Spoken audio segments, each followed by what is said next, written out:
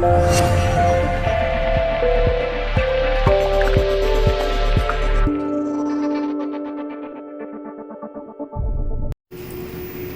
guys, meron tayong bagong kabit na solar panel.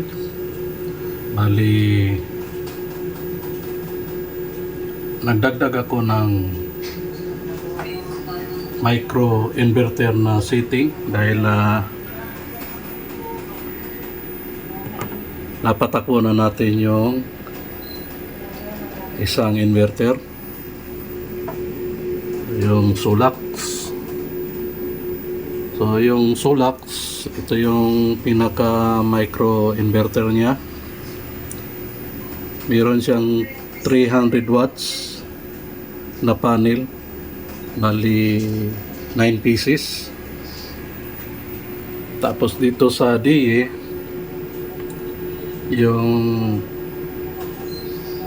number 1 string, meron siyang 450 watts na panel, 8 pieces.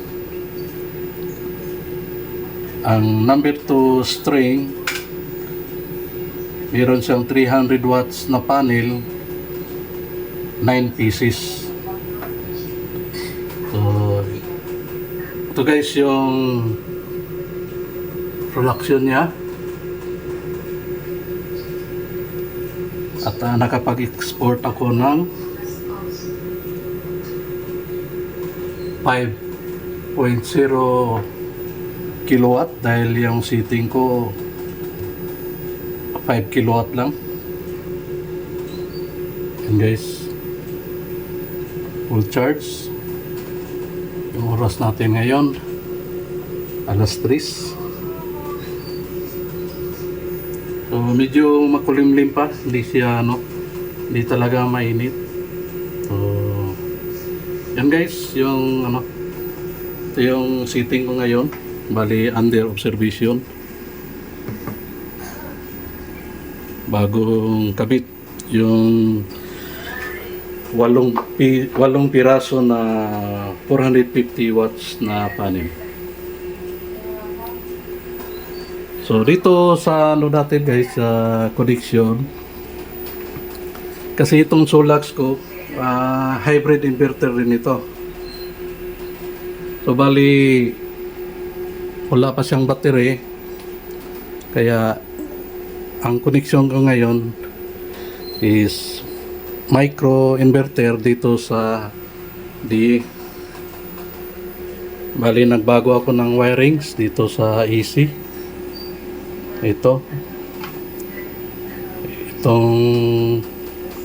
connection niya dito papunta sa Genport, connect sa Genport para makaano tayo ng micro inverter. So yung dati kong setting sa panel, ito yung string 1, ay kumuha ako dati dito sa Solax. Ngayon, meron siyang 8 panel na 450 watts. So ito na yung gamit ko dito. So direct na to connection dito sa DE. Yung string number 2, ito yung ginagamit ngayon sa Solax din, sa DE inverter rin. So bali yung string number 1 dito na nakakabit sa Solax inverter. And guys,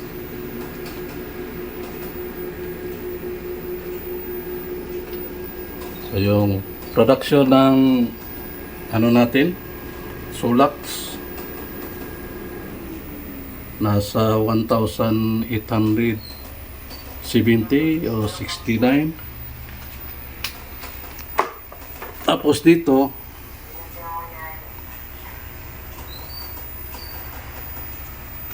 ito yung production niya. Okay, so meron tayo dyan.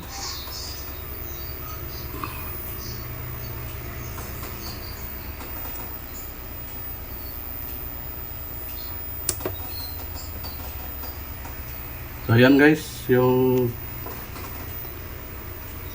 micro inverter.